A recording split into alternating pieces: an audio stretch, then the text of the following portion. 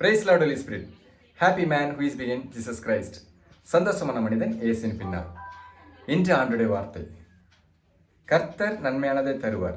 சங்கீதம் 85:12. இந்த வார்த்தையின் மூலம் ஆண்டவர் நமக்கு ஒரு பெரிய ஆசீர்வாதத்தை கட்டளையிடுகிறார். அதாவது எப்படின்னா, நாம் அப்பாட்ட எனக்கு அது வேணும் இது வேணும் சின்ன பிள்ளைல நிறைய கேட்டிருப்போம். அதை நம்ம பெற்றும் கொண்டிருப்போம்.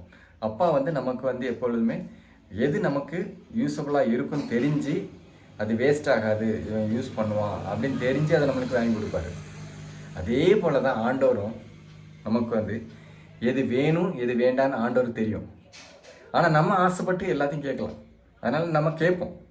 நம்மளுக்கு எது தேவையோ ஆண்டவர் அதை கண்டிப்பாக நமக்கு தருவார். இன்றைக்கி கூட நான் என்னுடைய ரிலேட்டிவ்ஸ் வீட்டுக்கு வந்திருந்தேங்க. ஸோ இங்கே பார்த்தீங்கன்னா எனக்கே ஆச்சரியம். அந்த வசனத்தை தான் இன்றைக்கி நான் சொல்லணுன்ட்டு இருந்தேன். யதார்த்தமாக இந்த வசனமே எனக்கு அப்படியே கண்ணில் பட்டுச்சு.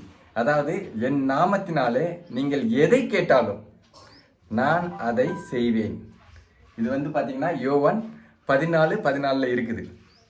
ஸோ அதனால் நம்ம ஆண்டவர்கிட்ட தைரியமாக கேட்கலாம். எனக்கு இது தாங்க அது தாங்கன்னு கேட்கலாம். கண்டிப்பாக கேட்கலாம். ஆண்டவர் கண்டிப்பாக அது நமக்கு பயன்பாடு உள்ளதாக இருந்தால் கண்டிப்பாக ஆண்டவர் நமக்கு அதை தருவார். நம்மளை ஆசீர்வாதமாக மாற்றுவார். Praise lord holy spirit. ஆமென்.